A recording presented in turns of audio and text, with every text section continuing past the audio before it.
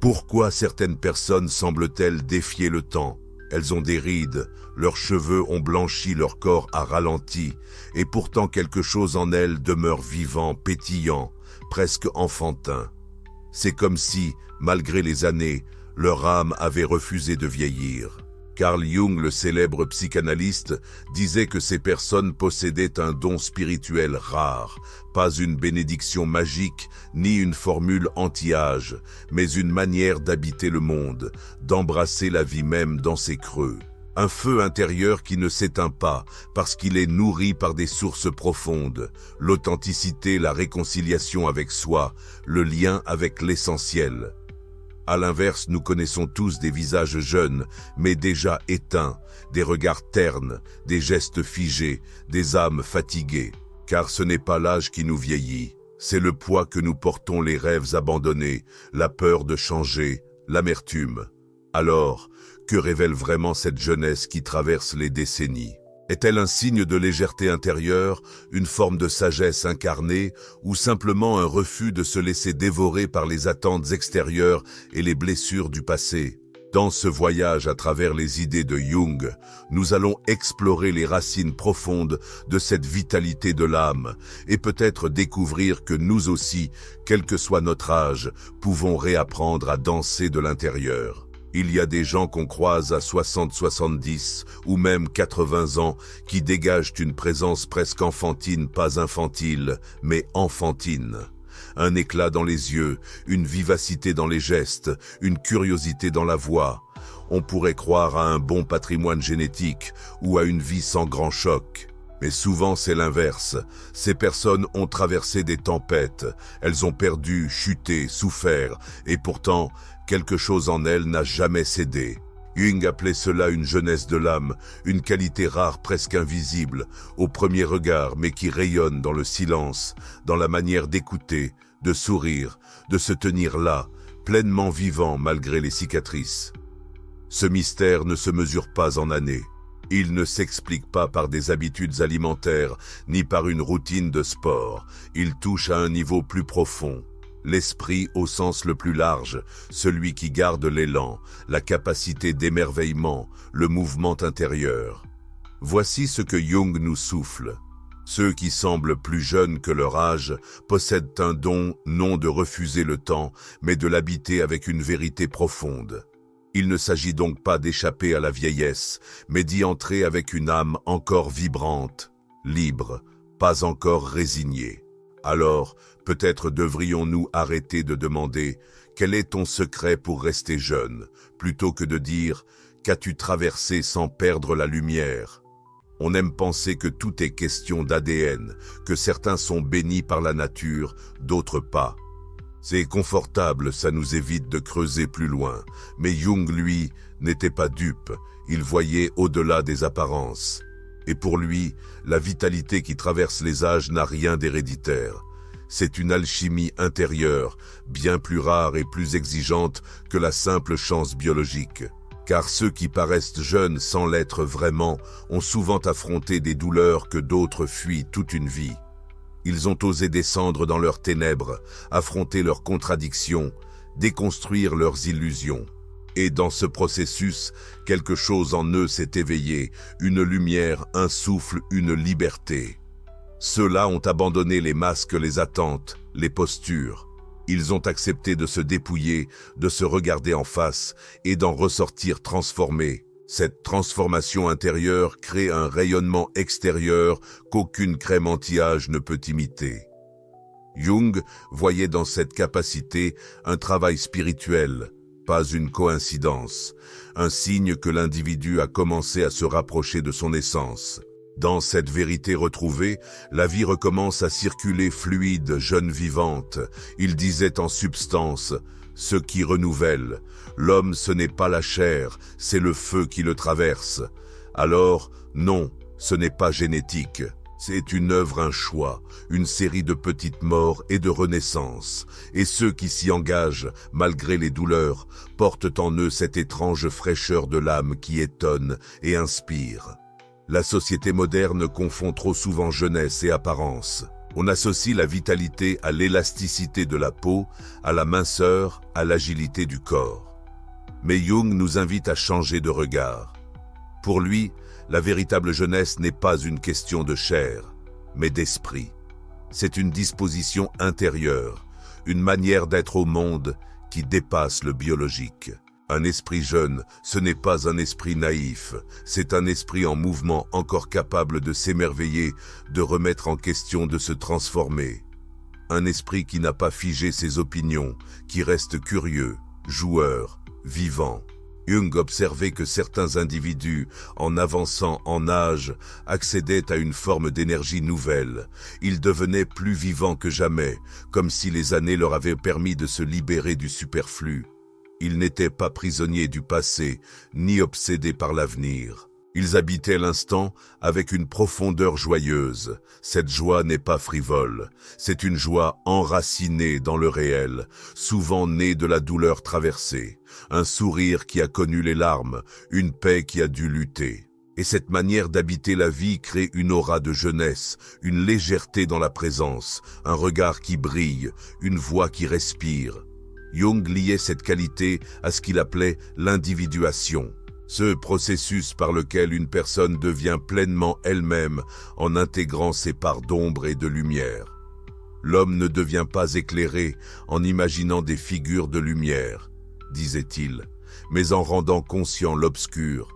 Et lorsque cette intégration a lieu, quelque chose de profond se relâche. Le masque tombe, l'âme respire, et cette respiration devient perceptible, presque visible, comme une jeunesse qui n'appartient pas au temps.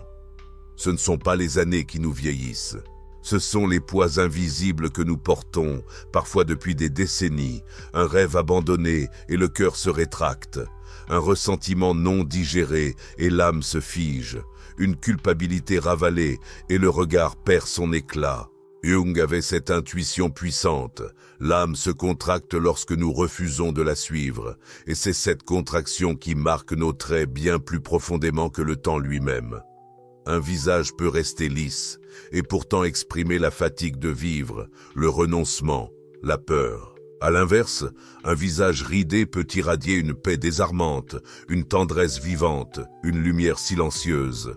Ce qui nous vieillit, c'est souvent ce que nous n'osons pas regarder en face, les blessures que nous avons enfouies, les conflits jamais résolus avec nos parents, nos choix, notre propre histoire.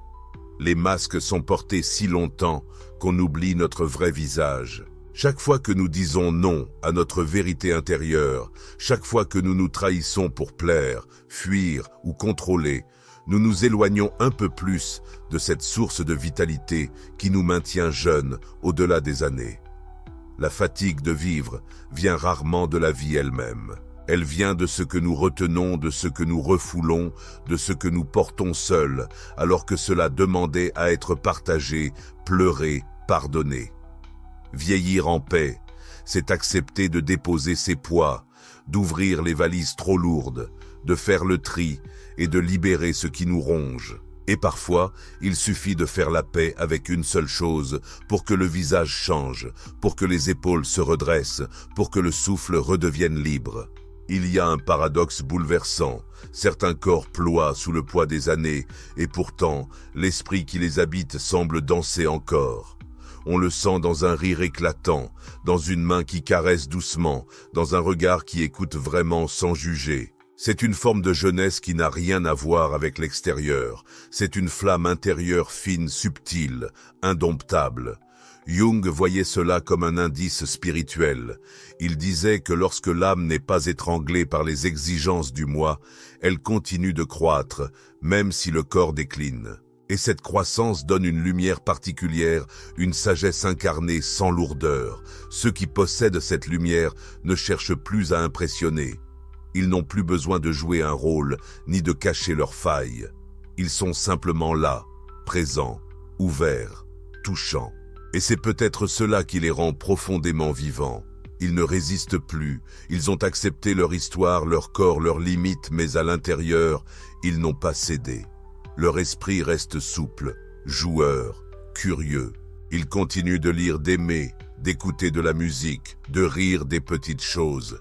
Ils savent que le temps passe, mais ils refusent de s'endurcir.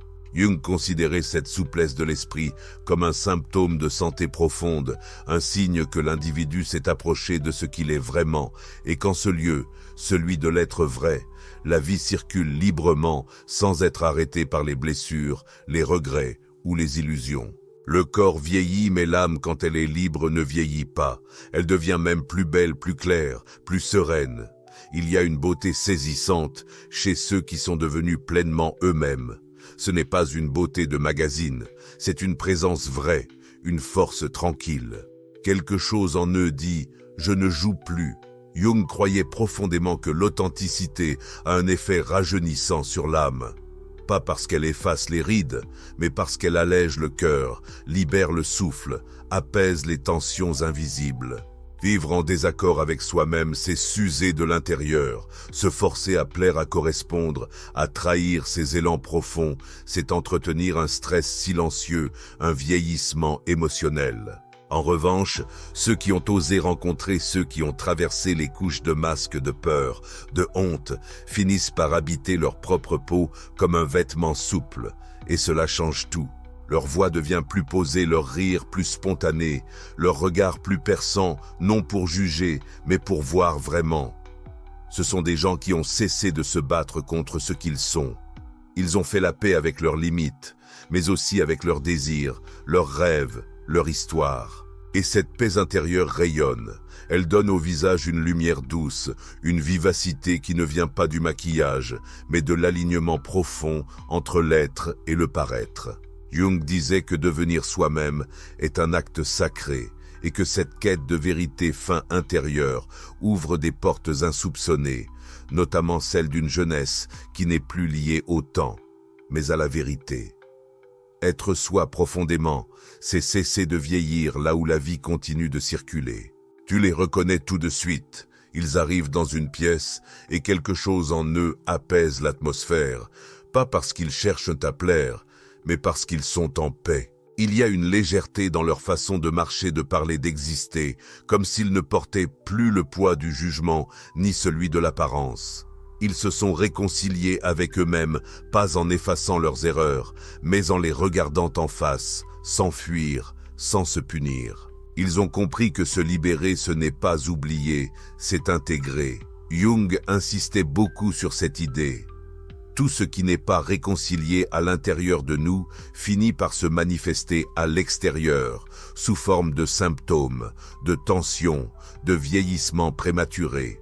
La réconciliation intérieure, ce n'est pas un luxe spirituel, c'est une nécessité existentielle. Sans elle, on vit comme un exilé de soi-même, en guerre contre son passé, ses décisions, ses ombres. Mais ceux qui ont fait ce travail parfois lent, douloureux, profond, finissent par atteindre une sorte de légèreté radicale.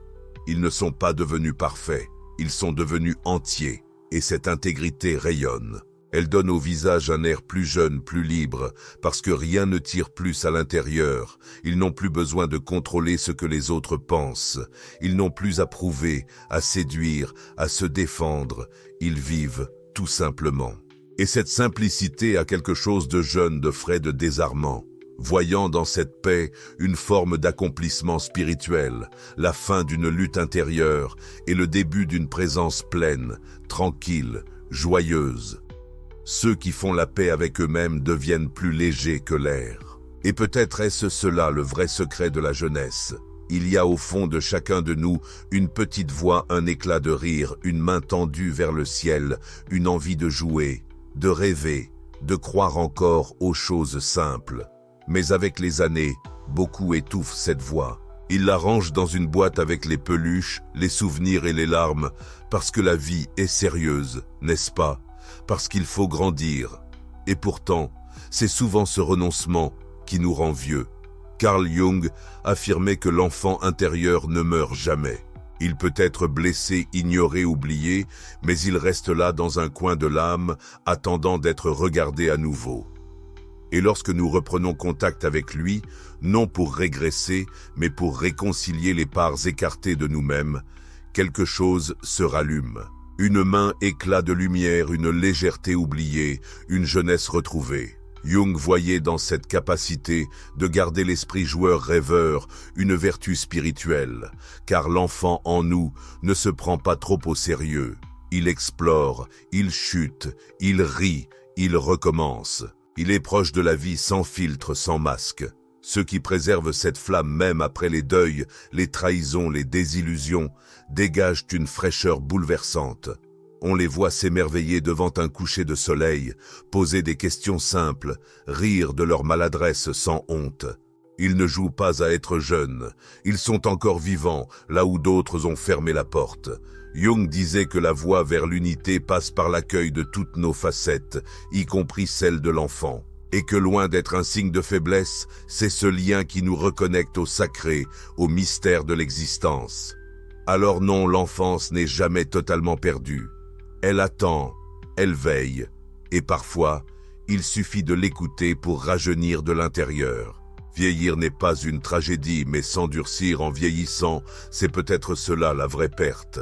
On croit souvent que la sagesse consiste à devenir plus dure, plus distante, plus lucide. Mais trop souvent, cette lucidité est une armure. Elle protège, mais elle isole, elle fige, et peu à peu, on ne laisse plus rien nous traverser. Carl Jung, lui, croyait en une autre forme de maturité, une sagesse souple, vivante, capable d'accueillir le mouvement de la vie sans se crisper. Il observait que certains, malgré les blessures, avaient ainsi resté perméables à la beauté et au doute à la tendresse. Ce sont ceux qui n'ont pas laissé la colère devenir du cynisme, qui n'ont pas transformé leur solitude en mépris, qui ont pleuré, mais sans se refermer. Ceux-là ont un don spirituel rare, celui de ne pas s'endurcir. Ils gardent une peau fine, non pas au sens fragile, mais au sens sensible. Ils ressentent encore, ils aiment encore, ils croient encore malgré tout.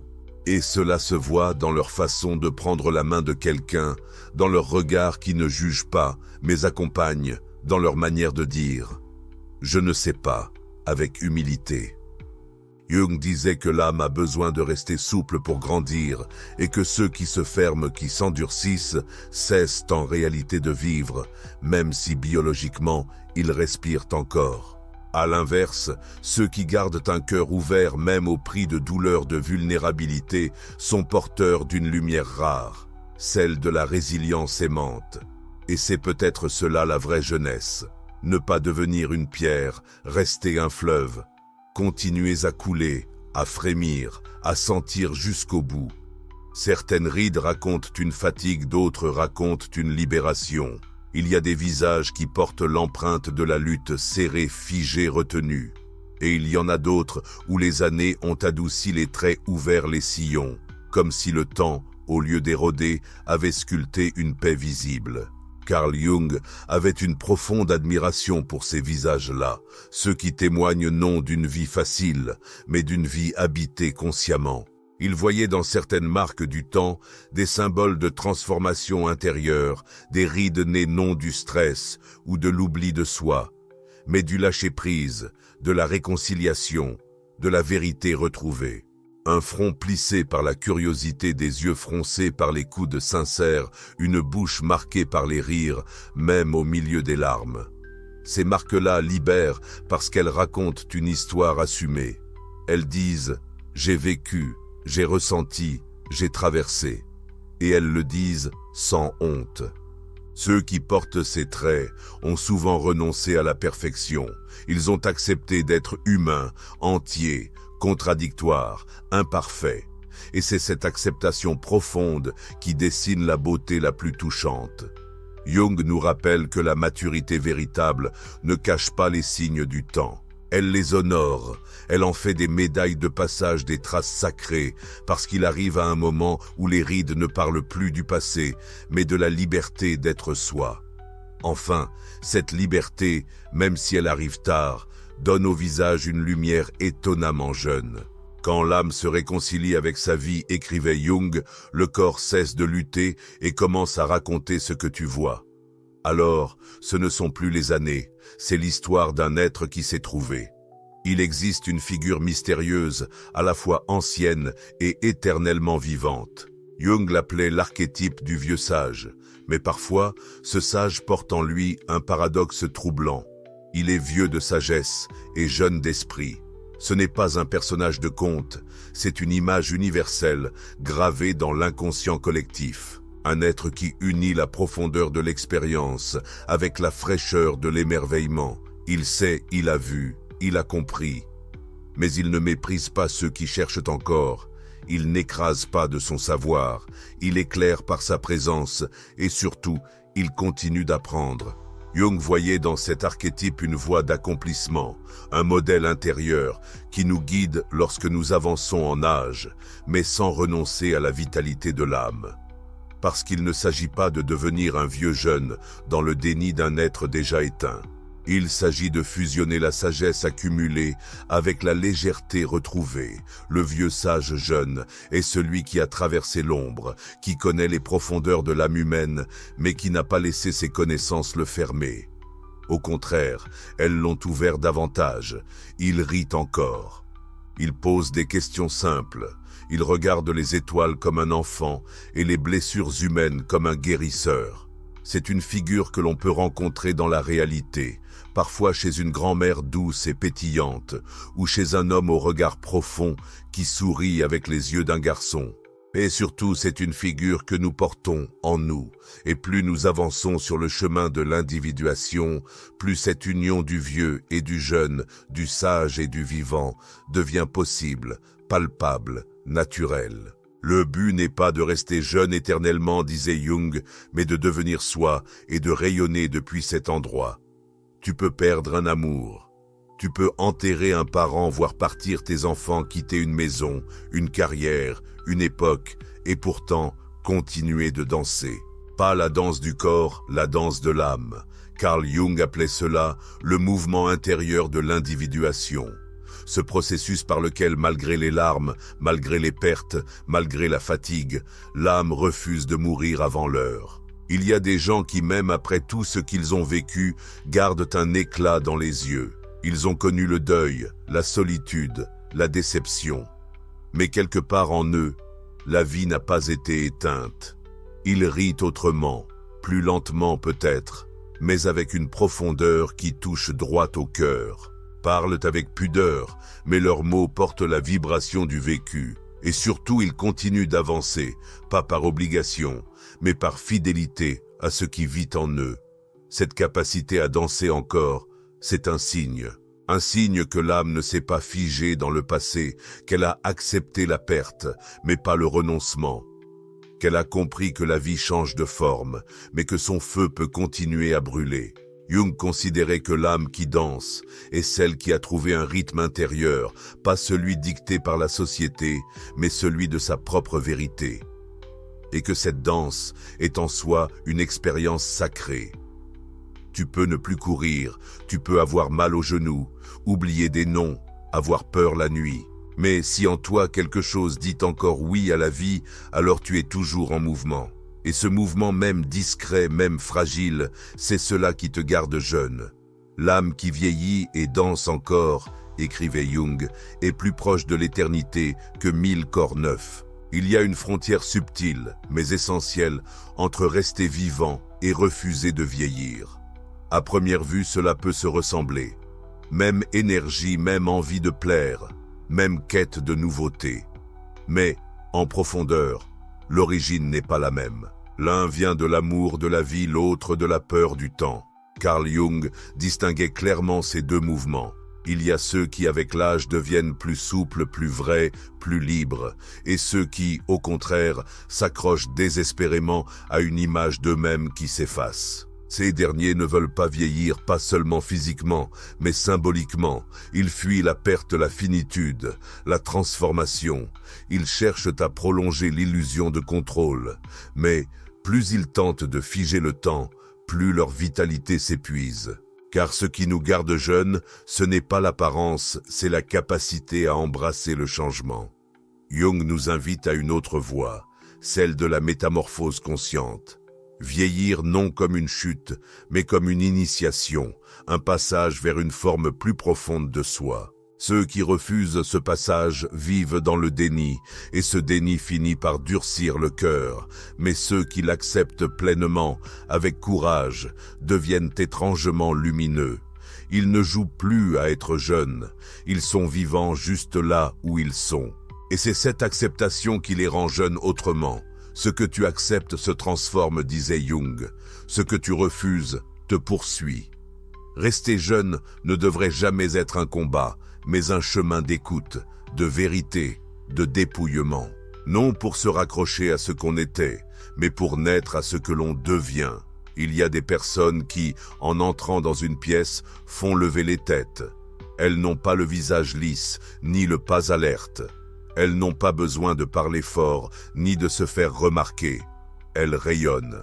Et ce rayonnement, ce n'est pas du charisme mondain, ce n'est pas de l'ego, c'est une lumière tranquille venue de loin, nourrie par des années d'épreuves, de silence, de transformation. Carl Jung appelait cela un don spirituel, le don de rayonner la vie même après les tempêtes, de porter dans ses yeux la mémoire du feu traversé et dans son cœur la douceur d'y avoir survécu. Ce don ne s'apprend pas dans les livres, il ne se cultive pas avec des rituels extérieurs. Il naît de l'intérieur à force de vérité, de courage et de réconciliation. Il vient quand tu n'as plus besoin de prouver, quand tu n'attends plus d'être aimé comme condition pour aimer, quand tu es enfin chez toi, en toi. Ceux qui possèdent ce don ne cherchent pas à rester jeunes. Ils cherchent à être vivants totalement, à honorer la vie non par nostalgie, mais par présence, à marcher dans leur histoire non comme une cicatrice, mais comme un chant. Jung nous dit en creux que ce don est en chacun de nous, mais il dort. Il attend qu'on l'éveille. Et pour l'éveiller, il faut plonger, dépouiller, embrasser. Celui qui s'est trouvé devient une source, écrivait-il. Et une source ne demande pas à être vue. Elle coule. Rayonnez-la, fais cela. C'est devenir source pour soi-même, et sans même s'en rendre compte, donner aux autres la permission de faire pareil. Ceux qui semblent plus jeunes que leur âge sont souvent ceux qui, au lieu de retenir la vie, ont choisi de la laisser passer à travers eux. Et ce choix, oui, c'est un don spirituel, mais un don que chacun peut réveiller.